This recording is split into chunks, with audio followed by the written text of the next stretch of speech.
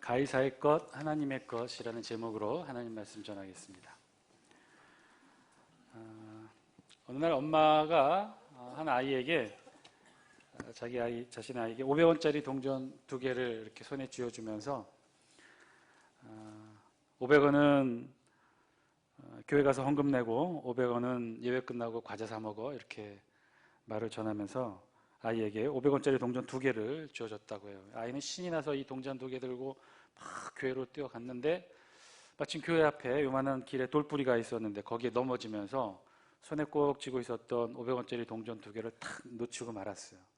그런데 이것이 떼굴떼굴 굴러가더니 500원짜리 동전 하나가 그만 하수구 구멍 속으로 쏙 빠져버린 거예요. 그랬더니 이 아이가 툭툭 털면서 일어나면서 이렇게 중얼거립니다. 아이고, 헌금할 돈이 하수구에 빠져버렸네. 사오정이 동전으로 이렇게 장난치다가 그만 실수로 500원짜리 동전을 삼켜버렸대요. 사오정은 이제 겁이 나서 집이 떠나가도록 막 목 놓아 울기 시작했고, 거실에서 신문을 보던 사오정 아빠가 깜짝 놀라 사오정에게 왔답니다. 오정아, 왜 그래? 그랬더니 이제 막 우는 거예요. 500원짜리 동전 먹었죠. 너무 놀라서 이 아빠는 정신이 없었는데, 그런데 육아 수첩에서 봤던 그 글귀가 생각났어요. 대체로 아이들이 삼킨 잡동사니들은 대부분 다 대변으로 나온답니다. 위장이 굉장히 부드러워서. 그래서 그것을 알고 아이를 진정시키기 위해서 이 사오정 아빠가 500원짜리 동전을 손에 감추고는 아이 사오정의 배를 살살 문지르고는 마치 마술이라도 부르듯이 짠! 하고 이렇게 보여준 거예요. 아버지가 뱃속에서 500원짜리 동전을 꺼냈다는 거죠. 그랬더니만 막 놀라서 울던 사오정이 눈물을 뚝 끊치고는 야릇한 미소를 띄우더니 그 동전을 또 얼른 먹어버린 거예요. 아빠 또 해줘. 여러분, 동전에 관한 기억들 많이 가지고 계시나요? 저도 어릴 때, 아주 어렸을 때 유일한 큰 돈은 동전이었기 때문에 동전에 대한 추억들과 단상들이 좀 많이 있습니다. 저에게 있어서 동전, 가장 작은 단위 동전은 저는 1원짜리까지도 사용해 본 적이 있어요. 1원짜리. 사진 한 장 보여주실래요? 아연이라고 하죠. 좀 가벼운 1원짜리. 저 동전 가지고 실제로 가게에 가서 뭐 10몇 원, 뭐 17원 뭐 이래가지고 이렇게 거스름돈 주고받는 거 본 기억이 나는데, 실제로 이 동전들을 수집한 사람이 있죠. 이 동전들이 오래된 동전, 또 희귀한 동전 이런 것들은 가치가 꽤 나간다고 합니다.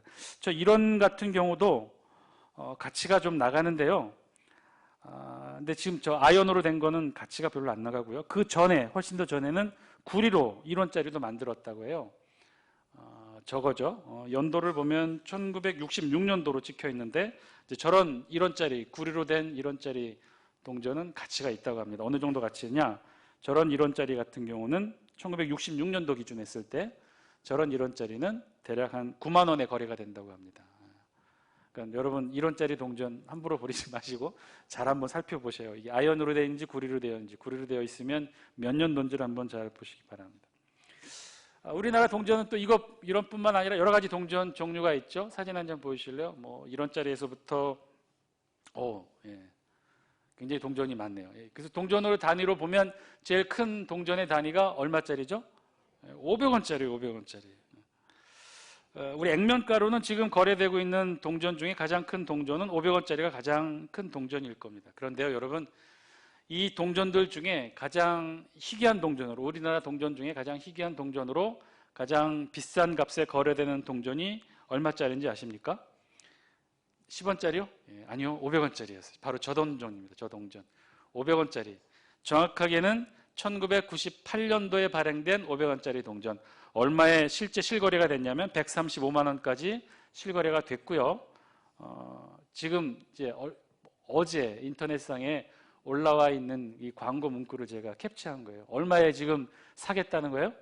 200만 원에 사겠다는, 팔겠다는 게 아니라 200만 원에 사겠다는 거예요. 1998년도 500원짜리 동전 가지고 계시면 바로 저 사이트에 바로 연락하시면 200만 원 준다는 겁니다.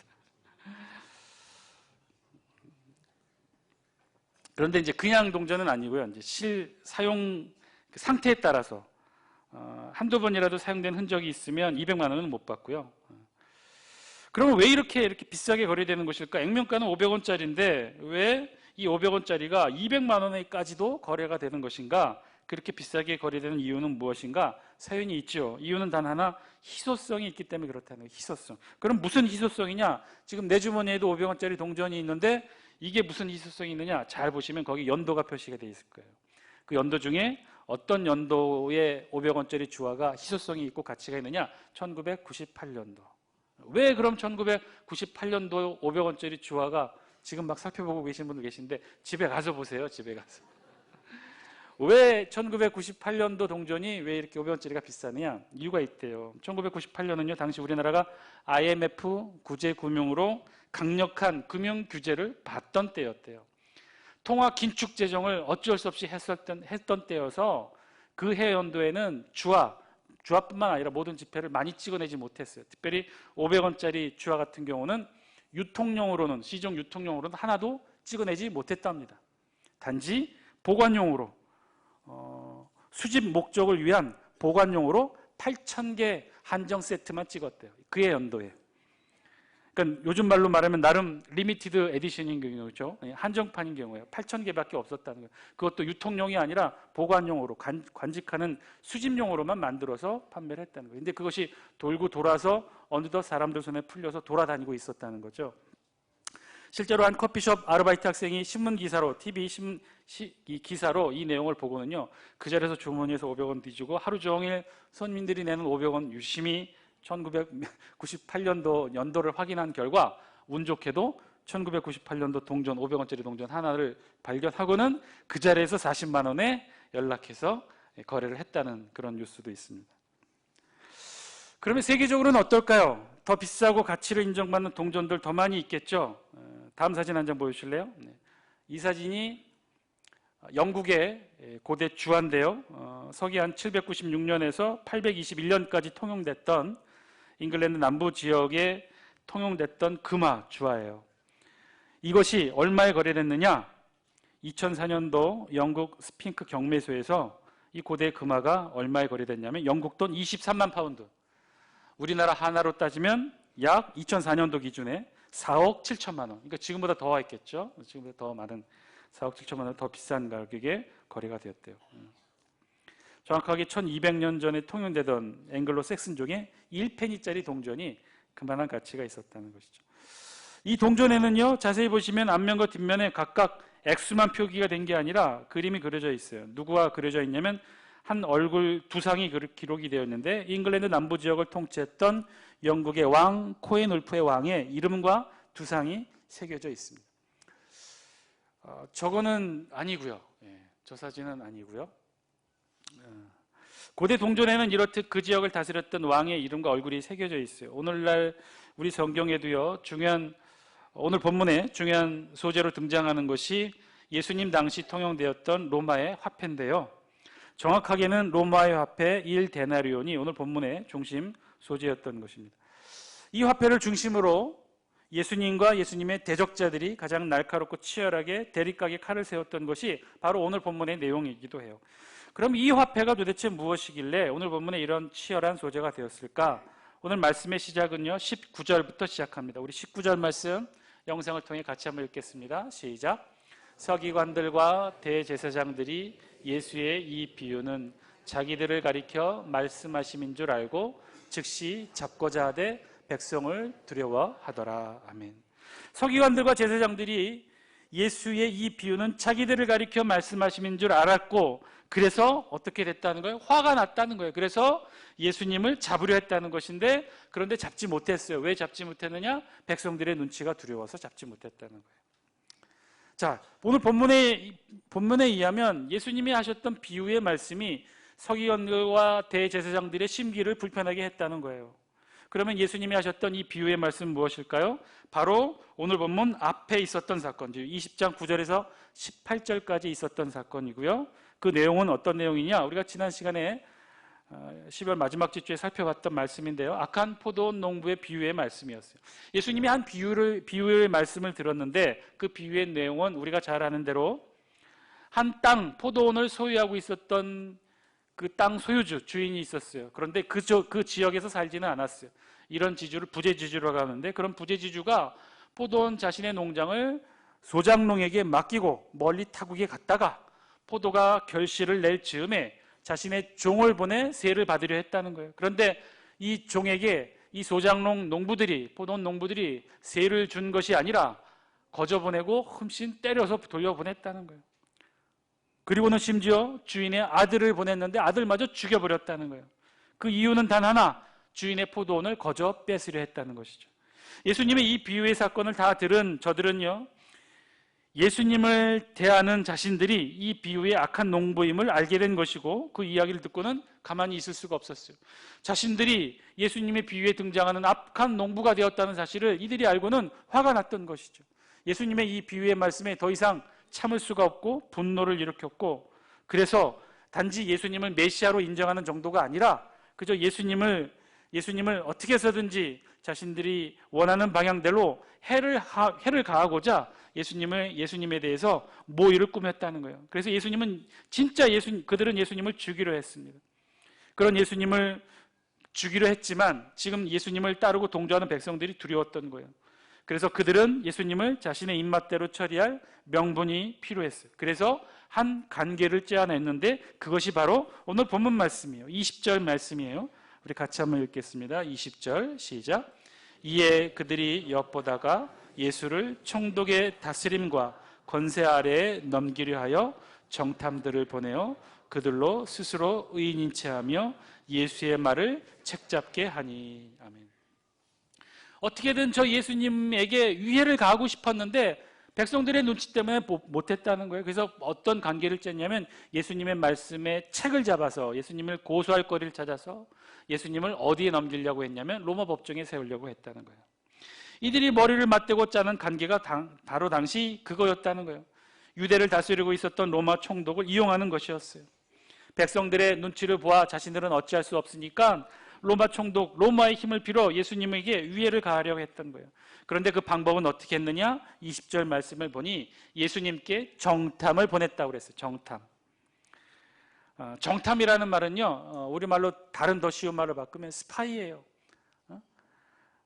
예수님에게 함정을 빠뜨리기 위해서 계략을 짜서 이들에게 간첩을 예수님께 보냈다는 거예요. 그런데 그들이 누구였느냐? 오늘 우리 성경에는 정탐이라고 되어 있지만 똑같은 내용을 그대로 기록하고 있는 병행복문 마태복음 22장에 보면 이들이 누구인지 구체적으로 기록하고 있어요. 우리 영상을 통해 마태복음 22장 16절 전반부의 말씀만 같이 한번 읽습니다. 시작. 자기 제자들을 헤롯 당원들과 함께 예수께 보내어 말하되 선생님이여 우리가 아노니. 누구를 보냈다는 거예요? 정탐으로? 자신들의 제자들과 또 누구를 보냈어요? 헤롯 당원들을 보냈다는 거예요. 여기서 말하는 자신들의 제자들은 누구냐면요, 서기관들과 대제사장들을 이루고 있었던 이들의 지식 기반이었던 바리새파 사람들이었어요. 그러니까 정탐들로 누구를 보냈냐면 자신의 제자들, 바리새파를 추종했던 제자들과 함께 누구를 같이 보냈어요? 헤롯 당원들을 같이 보냈다는 거예요. 예수님의 말씀에 책 잡으려고 정탐을 보냈는데 두 종류의 사람들을 보냈다는 거예요. 바리새파 제자들과 헤롯 당원들을 보냈다는 거예요. 그런데요, 오늘 여기 이 표현에는요, 굉장히 중요한 사실이 담겨져 있어요. 바리새파 제자들과 헤롯 당원들이 함께 정탐, 스파이를 꾸려 예수님께 나아간 것이 무엇이 그리 대단한 일일까 싶지만요, 이것은 당시로서는 대단한 사건이었어요. 왜냐? 바리새파 사람들의 정치적 입장과 헤롯 당원의 정치적 입장이 정반대에 있었기 때문에 그래요. 이걸 굳이 오늘로 비유로 다시 표현한다면요, 자유한국당과 민주당쯤 되려나요? 이들이 서로 손을 잡고 한 계계를 꾸미려고 서로 머리를 맞댔다는 거예요. 아니, 조금 더 얘기하면 자유한국당과 정의당 정도가 되겠죠. 이들이 지금 같은 테이블에 모여서 마음을 같이하여 한 계략을 짰다는 거예요. 전혀 다른 정치적 입장을 가지고 있는데 말이죠. 특별히 이들이 전혀 다른 상극의 입장을 가지고 있었던 부분은 어떤 문제였냐면요, 납세 문제였어요. 납세, 세금을 내는 문제. 세금을 내는 문제에 있어서 바리새인과 헤롯 당원의 입장들은 전혀 정반대의 입장이었어요. 무슨 얘기냐? 당시 헤롯 당원들은요, 당시 어떤 정치적 입장을 가지고 있었냐면 유대를 다스리고 있었던 헤롯 왕을 지지하는 자들이었어요. 그런데 헤롯 왕은 우리가 아는 대로 유대 정통 민족이 아니었죠. 에돔 족속이었어요. 이방인이었어요. 이방인이 유대 땅을 다스리는 왕이 되기 위해서는요, 이들에게 지지해 줄 수 있는 힘이 필요했는데 누구의 힘을 얻었냐면 로마 정부의 힘을 얻었어요.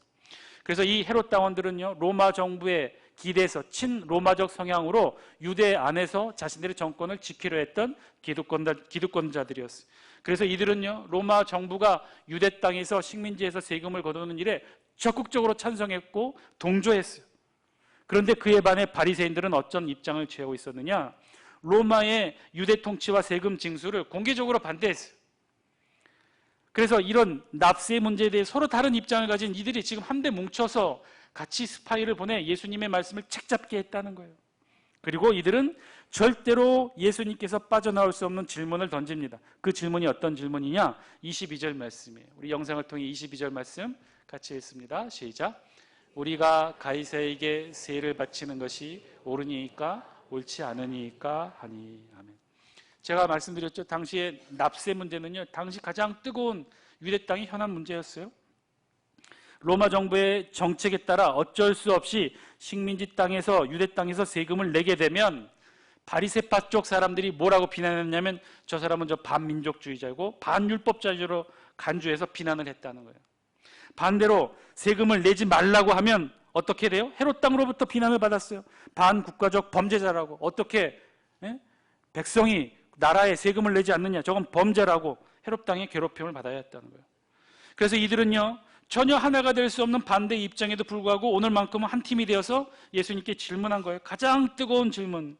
그래서 이 질문의 답변 여하에 따라 세금을 내라 하면 바리새파의 비난에 따라 반민족주의자, 반율법주의자가 되는 것이고, 그래서 모세 율법에 따라 재판받는 종교적 재판, 모세 법정에 서게 될 것이고, 반대로 세금을 내지 말라 하면 헤롯 땅의 고소를 받는다는 거예요.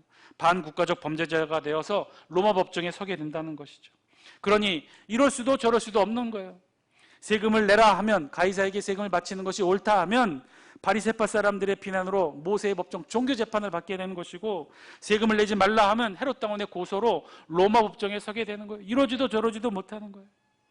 그리고 아주 중요한 사실, 아마도 이들은요, 계략을 짜면서 아마도 예측을 했는데 예수님께서 어떤 입장을 취하실 것이라고 예측을 했어요? 예수님께서 반대하실 것이라고 생각했어요. 그 내용이 20절에 기록되어 있어요. 우리 20절 말씀만 다시 한번 같이 한번 볼까요? 20절 말씀입니다. 시작. 이에 그들이 엿보다가 예수를 총독의 다스림과 권세 아래 넘기려 하여. 예, 여기까지요. 지금 어떻게 의도했다는 거, 이들이 지금 모여서 시나리오 각본을 짰는데 아마도 예수님이 어떻게 하겠다는 거예요? 납세 문제에 대해서 세금을 내라 찬성한다는 거예요? 반대한다는 거예요? 반대할 거라고 생각했다는 거예요. 예수님은 보나마나 세금 내지 말라고 말할 것이니, 그러니 어떻게 하라는 거예요? 옆에 있던 헤롯 당원들이 기다리고 있다가 예수님을 고소하라는 거예요. 로마 법정에 고소하겠다는 거예요. 그러면 왜 그랬을까? 이들은 왜 예수님이 세금 납부를 하지 말라고 할 것이라고 예측했을까? 이것이 사실은 오늘 본문을 이해하는 중요한 키이고요. 이것과 더불어 바리새인들은 왜 세금 납부 문제에 대해 이토록 민감하게 돼 있을까를 아는 것이 오늘 본문을 이해하는 데 중요한 키가 됩니다. 이 말씀에 대한 해석은요, 오늘 24절 말씀이 있어요. 24절 말씀. 우리 24절 말씀 영상을 통해 같이 한번 읽습니다. 시작. 데나리온 하나를 내게 보이라. 누구의 형상과 글이 여기 있느냐? 대답하되 가이사의 것이니이다. 아멘. 예수님은요, 이 모든 관계를 알고 계셨어요. 그래서 예수님은 오히려 정면 돌파를 하십니다. 그 정면 돌파의 내용은 무엇이냐면요, 데나리온 하나를 가져오라는 거예요. 이건 로마 화폐였어요. 사실 여러분, 세금 납부의 문제는 이게 종교적인 문제인가요? 정치적 문제인가요? 이건 정치적 문제입니다. 예를 들면 일제시대 때 일제가 우리나라에서 세금 거두는 것에 대해 우리나라의 교회가 반대 입장을 표명했다면, 그런 운동을 펼쳤다면 그 운동은 정치적 행위인가요? 종교적 행위인가요? 국가에 세금을 내지 말라는 것은, 세금 내지 않고 거부한다는 것은요, 이건 정치적 행위예요. 세금은요, 신사참배 문제와 달랐단 말이죠. 다분히 이건 정치적 문제였고 정치적 사안이었어요. 지금 예수님 시대의 세금 납부의 문제도 그럴 수 있었다는 것이죠. 그저 세금 납부 문제를 정치적 문제로 치부해 버릴 수도 있었던 거예요. 그런데 그것이 내용을 들여다보면 아니었다는 거예요. 사진 한 장 보여주실래요? 당시 예수님 시대 때 로마 화폐로 통용되고 있었던 1데나리온의 모습이 저렇다는 거예요. 앞면에는 사람의 두상, 얼굴이 새겨져 있고요. 뒷면에는요, 저기 자세히 보시면 의자에 앉아있는 여인, 종려나무 가지를 들고 있는 여인의 형상이 기록이 되어 있어요. 그리고 원 둘레, 동전 둘레는 뺑 눌러서 글씨가 새겨져 있어요. 이것이 당시 예수님 당시 로마 화폐 1데나리온의 모습이에요. 그 화폐에 뺑 둘러서는 뭐라고 기록되어 있냐면요, 앞면에는 이렇게 기록되어 있어요. 밑에 부분이 지워져서 잘 보이진 않는데요, 이렇게 기록되어 있습니다. T 카이사르 디비 아우구프 아우구스투스. 이 라틴어를 번역하면 이런 뜻이에요. 존엄한 아우구스투스의 아들인 티베리우스 케자르, 즉 아우구스투스라는 뜻의 글씨가 새겨져 있어요. 이것은 로마의 제2대 황제인 티베리우스 케자르가 그의 아버지 이름과 함께 새겨져 있고 그 두상도 함께 새겨져 있는 거예요.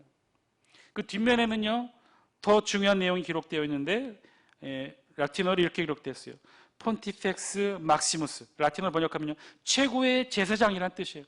그리고 여인이 그려져 있는데 그 여인은 누구냐면요, 저 2대 황제 티베리우스 케자르 티베리우스 황제의 어머니인 리비아가 그려져 있어요. 그리고 거기다 뭐라고 적혀져 있냐면 최고의 제사장이라는 뜻이에요.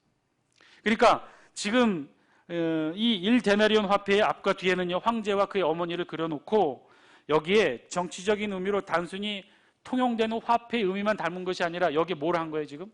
황제의 얼굴도 새겨놓고 어머니도 새겨놓고 최고의 제사장이라는 글씨를 새겨놓아서 지금 무엇을 한 거예요? 화폐를 통해 우상화, 신격화를 한 거예요. 당시 로마 시대 동전의 의미는 그랬어요. 로마 자신의 황제를 자신의 화폐에 새겨놓고 자신을 신격화시켰던 거예요. 그리고 이들은 세를 거두었어요. 인두세를 거뒀어요.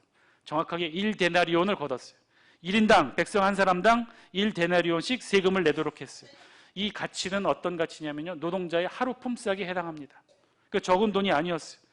로마 제국은요, 자신이 다스리고 있고 자신의 식민지하에 있는 제국에 있는 모든 백성들을 한 사람당 1데나리온의 세를 거두어들였던 거예요. 일종의 세를 거두어들여 로마 재정을 충당하려는 경제적 목적뿐만 아니라 여기에는 황제 자신의 모습과 자신의 어머니를 최고의 제사장이라는 이름으로 기록해 놓고는 여기에 우상 숭배의 예물로 바칠 수 있도록 했던 거예요. 여기 동전에는 그래서 통용되는 종교적 목적과 또 다스리고자 하는 정치적 목적과 더불어 우상화, 신격화하는 이 종교적 의미도 같이 담았다는 것이죠. 그래서 바리새인들을 중심으로 한 유대 율법주의자들은요, 공공연히 이 황제의 두상이 새겨진 1데나리온 세금 징수에 반대했어요. 정치적 이유가 아니라 종교적 이유로 반대했던 것이죠. 세금을 내게 되면 세물만 내는 것이 아니라 이 황제를 우상화하고 신격한 우상의 예물도 같이 드리는 것이다. 그러니 내면은 안 된다라고 반대했던 것이죠. 그런 이유로 지금 이들은요, 예수님을 궁지에 몰아넣었던 거예요. 그래서 예수님께서도 반대하면 로마 법정에 세우고 찬성하면 모세의 법정에 세워서 예수님을 처리하려고 했던 거예요. 자, 이제 예수님은 이 문제를 어떻게 다루고 계실까요? 예수님은요, 이 문제를 아주 간단하고 단순하면서도 명료하게 해결하십니다. 우리 24절, 25절 말씀 영상을 통해 같이 한번 읽겠습니다. 시작. 데나리온 하나를 내게 보이라. 누구의 형상과 글이 여기 있느냐? 대답하되 가이사의 것이니이다. 이르시되 그런즉 가이사의 것은 가이사에게, 하나님의 것은 하나님께 바치라 하시니. 아멘. 아주 간단하고 명료한 예수님의 이 말씀에 조금은 당황스러우면서도 한편으로는 조금 이해되지 않는 면도 있어요. 1데나리온 화폐에 그려진 형상, 분명히 로마 제2대 황제 티베리우스 황제의 형상이 맞습니다. 가이사라고 발음했던 것은요, 시저, 케사르, 이 영어식 발음과 라틴어의 발음을 우리 성경식으로 발음한 거예요. 황제를 지칭해요. 가이사의 것은 가이사에게, 이건 다르게 표현하면요, 황제의 것은 황제에게, 그리고 하나님의 것은 하나님께 바치라는 말씀이죠. 여러분, 오늘 예수님의 말씀이 황제의 것은 황제에게, 그리고 하나님의 것은 하나님께 바치라는 이 말씀이 여러분 이해가 가시나요? 예수님은 지금 유대 사회의 뜨거운 쟁점이 되었던 세금 납부에 대해서 결국 뭐라고 말씀하신 거예요? 세금을 내라고 말씀하신가요? 세금을 내지 말라고 말씀하신 거예요? 세금을 내라고 말씀하신 거예요. 세금을 내라는 거예요. 자, 그러면 어떻게 될까요? 각본대로 옆에서 대기 중이었던 정탐들 중에, 이 스파이들 중에, 바리새인의 제자들과 헤롯 당들 중에 지금 누가 나서야 될 차례예요? 세금을 내라고 예수님께서 말씀하셨으니까 지금 누구들이 나서서 예수님을 고소해야 돼요? 바리새파 제자들이 예수님을 고소해야 돼요. 예수님을 모세의 법정에 세워야 돼요. 어떻게 예수님이 우상화의 예물을 세금을 납부하라고 할 수 있겠느냐라고 예수님을 고소하고 정죄해야 돼요. 그런데 결론은 어떻게 돼요? 26절 말씀, 우리 영상을 통해 26절 말씀 같이 함께 읽습니다. 시작. 그들이 백성 앞에서 그의 말을 능히 책잡지 못하고 그의 대답을 놀랍게 여겨 침묵하니라. 아멘. 이들은요, 계획대로 되지 않았어요. 예수님을 고소하지 못했어요. 바리새인들은 예수님을 고소하지 못했어요. 여러분, 세금 납부의 문제, 여기에 담겨있는 이중의 의미가 무엇이었습니까? 세금만 납부하는 것이 아니라 황제의 우상화 정책에 따라 자신도 모르게 황제에게 우상의 예물을 드리게 되는 일이 두려워할까 했던 것인데, 근데 이 문제를 어떻게 해결했어요? 예수님은요, 그 다음의 말씀, 황제의 것은 황제에게, 그리고 하나님의 것은 하나님께 바치라. 이 말씀 한마디가 모든 두려움과 근심의 문제들을 해결했다는 거예요. 납세를 하게 됨으로 생겼던 염려, 알게 모르게 우리가 황제에게 우상의 예물을 드리게 되는 것은 아닌지에 대한 두려움들이 하나님의 것은 하나님께 바치라라고 하는 이 명령, 긍정의 명령으로 다 사라지게 되었다는 거예요. 여러분, 바리새인들이 두려워하며 세금을 내지 못했던 이유가 무엇인가요? 혹시나 세금을 내게 되면 우상의 예물도 같이 드리는 것이 아닌가 두려움이 있었죠. 그런데 그것은요, 하나님 것은 하나님께 드리라고 하는 이 예수님의 말씀으로 해결이 되었다는 거예요. 그런데 사실은요, 이 예수님의 말씀, 가이사의 것은 가이사에게, 하나님의 것은 하나님에게라고 하는 이 예수님의 말씀은요, 이런 의심과 두려움의 해소만이 아니라 더 근본적인 신학적 질문을 바리새인들에게 던지게 되었다는 거예요. 그것이 무엇이에요? 이들이 가지고 있었던 부정적인 생각, 만약에 세금을 내면 우상에게도 예물을 드리는 것이 아닐까, 그래서 세금 내면 안 돼라고 생각했던 이들의 마음속에 감춰져 있던 또 하나의 진실이 있었다는 거. 그건 무엇이에요? 정말 긍정적인 생각들, 부정적인 생각들 말고 정말 긍정적인 생각들, 우상의 예물을 드리게 되면 어떻게 될까 두려워하다가 결국은 무엇을 놓치게 됐다는 거예요? 하나님의 것을 하나님에게 제대로 드리지 못하는 이들이 우를 범하게 되었다는 것이죠. 우상의 예물, 가이사의 것에 대한 두려움과 오해 때문에 정작 하나님의 것을 하나님께 드리지 못하는 참다운 신앙의 생활을 하지 못했다는 거예요. 그러니 정작 하나님의 것을 드리지도 못하면서 뭘 걱정했다는 거예요? 우상의 예물을 드리게 될까 걱정했다는 거예요. 그런 자신들의 잘못된 생각을 예수님이 오늘 말씀을 통해 일깨워주게 되었던 것이죠. 그러니 저들은 아무런 말로도 예수님을 책잡을 수가 없었다는 거예요. 사랑하는 장수교 성도 여러분, 오늘 말씀을 통해 오늘 우리에게도 들려주시는 하나님의 음성을 저와 여러분들도 들을 수 있게 되길 바랍니다. 우리는 어떤가요? 저와 여러분들은 어떤가요? 오늘 말씀을 들으셨는데 2000년 전 이 땅에 울려 퍼졌던 예수님의 말씀을 들으셨는데 가이사의 것은 가이사에게, 그러나 하나님의 것은 하나님께 바치라고 하는 이 말씀을 저와 여러분 들으셨는데 여러분들은 어떠신가요? 오늘 이 예수님의 말씀이 저와 여러분들에게는 어떤 울림이 되었습니까? 사실 우리도 그렇지 않습니까? 우리도 끊임없이 부정적인 것들, 잘못된 것들, 잘 되지 못한 것들, 부족한 것들, 이런 것에만 우리의 관심이 늘 집중되어 있지 않나요? 9을 잘해도요, 하나를 잘못하면 우리의 모든 시선과 관심이 어디에 집중됩니까? 그 잘못된 하나에 집중되지 않습니까? 여러분, 사진 한 장 보여주실래요? 10명의 사람이 있어요. 그런데 여러분, 시선이 어디에 집중됩니까? 정상적인 9명에게 집중됩니까? 아니면 눈에 띄는 한 사람에게 집중이 됩니까? 우리의 시선이 그렇다는 거예요. 긍정적인 것, 잘한 것, 좋은 것 9이 있으면 무엇합니까? 거기에 관심이 안 가고요, 단 하나 삐뚤어진 하나에 우리의 관심이 간다는 거예요. 어떻게 하면 저거 바로 세울까? 어떻게 하면 저거 고칠까?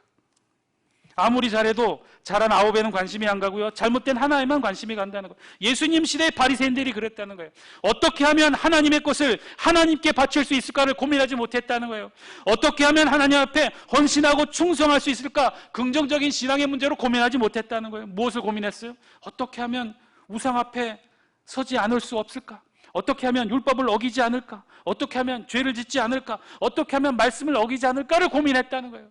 어떻게 하면 말씀을 지킬까? 어떻게 하면 선을 행할까를 고민하지 아니하고 어떻게 하면 말씀을 어기지 않을까? 어떻게 하면 죄를 짓지 않을까를 고민을 했다는 거예요. 그래서 결국은 무엇에만 신경 쓴 거예요? 가이사의 것에만 신경 쓰다가 결국 무엇을 놓쳤다는 거예요? 하나님의 것을 정작 놓쳤다는 거예요. 가이사의 것에만 마음 쓰다가 정작 하나님의 것을 잃어버리게 되었다는 거예요. 오늘 예수님은 이 본문을 통해 바리새인들에게 그 사실을 알려줬던 것이죠. 그러니 바리새인들이 더 이상 예수님에게 책잡을 그 어떤 말도 하지 못했던 것입니다. 사랑하는 장수교 성도 여러분, 오늘 말씀이 저와 여러분들에게도 울림이 되는 말씀이 되기를 바랍니다. 가이사의 것은 가이사에게, 그러나 하나님의 것은 하나님에게. 오늘 저와 여러분들의 마음의 집중은 어디를 향하고 있습니까? 되지 않고 어렵고 맞지 않고 잘 모르고 확신이 없는 것들, 옳지 않은 일들, 여러분 그런 것에 더 이상 마음을 빼앗기지 마십시오. 그런 것들로 우리의 시간을 채우지 마세요. 불평하고 불만하고 부정적인 생각에 여러분들을 더 이상 담궈두지 마세요. 그것은요, 열 중에 하나에 불과해요. 그보다 더 크고 중요한 것이 있습니다. 그것은요, 하나님께 집중하는 거예요. 하나님 앞에 서는 거예요. 가이사가 아니라 어떻게 하면 하나님 앞에 설 수 있을까? 가이사가 아니라 어떻게 하면 하나님 앞에 신앙과 헌신과 열정을 드릴 수 있을까? 가이사가 아니라 어떻게 하면 죄를 짓지 않을까? 어떻게 하면 말씀을 어기지 않을까? 어떻게 하면 부정적이고 나쁜 것들에 휩쓸리지 않을까를 고민하는 것이 아니라 어떻게 하면 하나님 앞에 서고, 어떻게 하면 선을 이루고, 어떻게 하면 하나님 앞에 좋은 모습으로 우리의 신앙의 열정을 불태울 수 있을까를 고민해야 한다는 거예요. 어떻게 하면 하나님 앞에서 우리가 최선을 다할 수 있을까? 그렇게 하나님 앞에 가이사가 아니라 하나님 앞에서 우리의 최선을 다하실 수 있는 저와 여러분들의 신앙의 삶이 되기를 주의 이름으로 간절히 축원드립니다. 오늘 그렇게 최선을 다해 2019년도 한 해 가이사의 것이 아니라 하나님 것에 집중하며 우리의 신앙의 열정을 붙잡는 저 여러분들의 신앙의 삶 되기를 주의 이름으로 간절히 축원드립니다. 우리 함께 기도드리겠습니다.